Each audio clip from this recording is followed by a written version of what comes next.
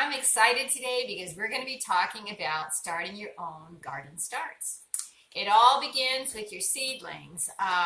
When you're starting your seeds, you want to grow a lot of them in a small container to begin with. And this is a practical thing because if you were to start your seeds in a container like this and you packed your dirt in and then you put one seed in each one, unless your seeds germinate at 100%, you're going to end up with a few spaces here and there where you have just wasted space and lost some plants that maybe you were counting on. So what I like to do, and I learned this from working in a greenhouse, if you start them in like this, then transplant them, especially for tomatoes, you will also have stronger plants because of the transplanting. So here I have some tomatoes. These are a determinate, which means they don't vine for a really long time. The majority of the tomatoes come all on in about a 3-week period. They're very hunky. I've had 20 tomatoes on one plant at a time, all coming out and beautiful. So here I have a Roma tomato. I put this seed in this soil. This is the 5th, 1 week ago. You can see that they've germinated and come to this point. All I did was make sure I kept the soil moist, sprayed it with a spray bottle every day, just a little bit to keep the top of the soil moist as well as the bottom. Make sure you have a container that will drain water out. So you'll want to have a tray on the bottom that will not leak so that you don't leak all over your surface.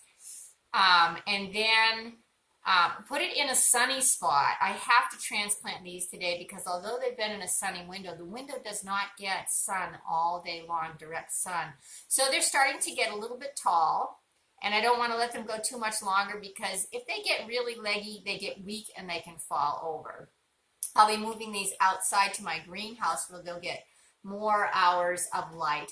And even from the greenhouse, then they're going to have to spend an hour or two a day out in the sun once it warms up a little bit more, slowly progressing the amount of sun that they get so that it doesn't burn the leaves. The sun is so intense for these little plants that you have to introduce them to it gradually. So when you start your seeds, moisten your soil, pack it in, and then put your tomato seeds about 1/4 inch deep, and then just put, it's easiest if you just put a dry sprinkling on top about 1/4 inch deep, and then go ahead and spray it with your spray bottle. That's the easiest way to get an even distribution of your potting mix over the seeds. So here I have my plants, and I'm going to transplant them into this container. It wouldn't hurt as they grow to even transplant them into something a little larger again. The beauty of a tomato plant is every time you transplant it, you transplant almost up to the leaves, and all of this stem will sprout roots, which will help to sustain the health of the growing period. So tomatoes do very well when they're transplanted often. So let's get started. I have some potting mix here. You could make your own with a fine peat moss and some vermiculite and a little compost or fine compost. And then I'm just going to go ahead and wet it a little bit. Now your hands are going to get dirty. Sometimes I use gloves to do this, but today we're just going to go for it and just mix this all up. We want it to be moist. It does not need to be dripping. All right, so here we have it. Now I'm going to take my planting cells and just put our soil into the cells like this, and then I'm going to pack it down just a little bit to make sure that we don't have a lot of air spaces here.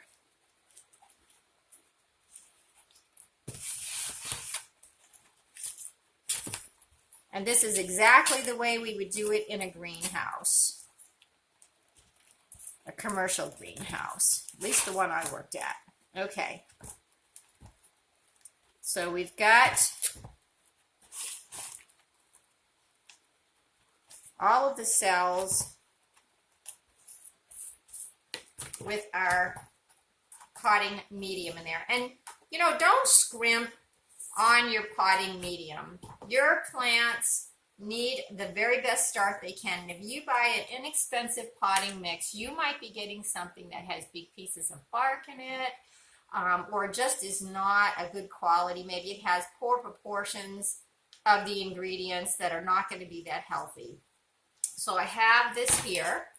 And then the easiest way to poke the holes for transplanting is to use a pen or a pencil or a Sharpie or something like that to make your planting holes. All right, so here I am with my Sharpie, and I'm just gonna go ahead and poke a hole all the way in each one. Well, not all the way, but at least probably 3/4 of the way down. So we're good to go here. I'm going to take my little start out. I like to keep track of what I'm growing where. This is a Roma tomato that I'm growing.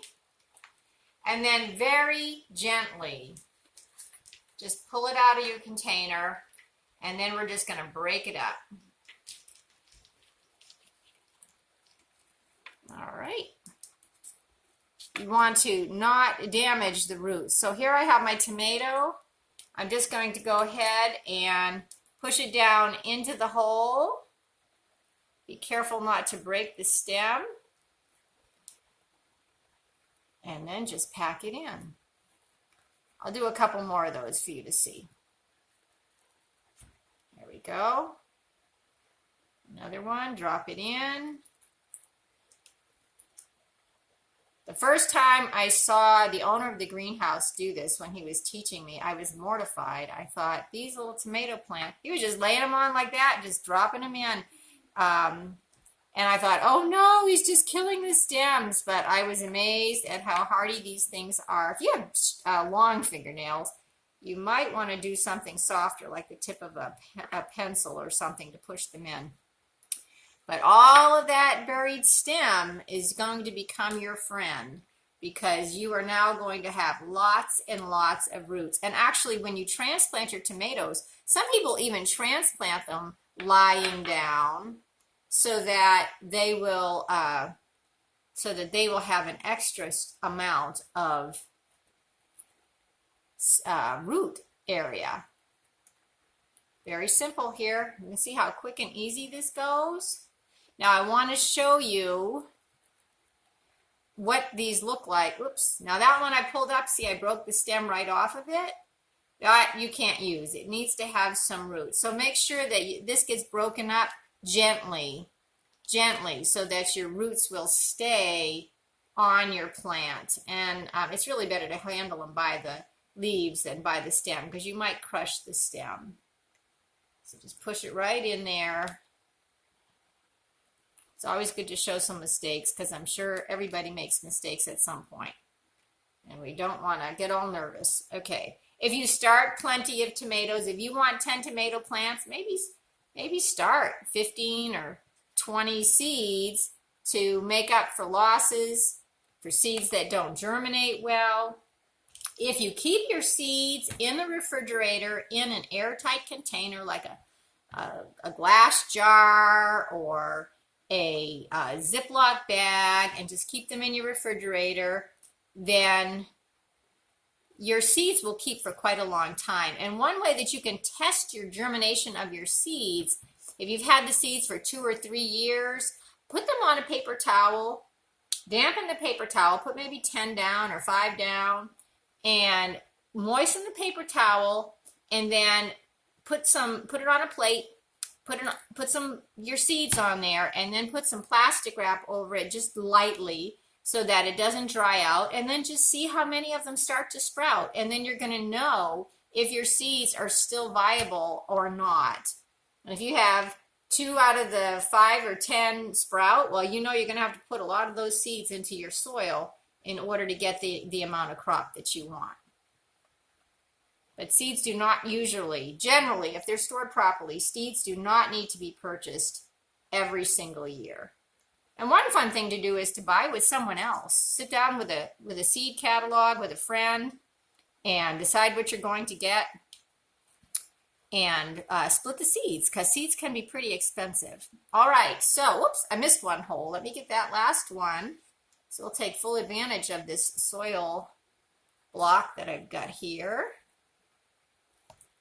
All right, so that is done. This can go, I probably wouldn't put it in direct, strong sun, like outdoor sun today, but I could put this on my windowsill. You don't want to be too harsh on these little plants right after they're transplanted, whether it's in here or outside. You want to do it on a day when there's not going to be intense sun or intense heat. So these were like that, and I transplanted them, about a week to 10 days ago. So they look like this.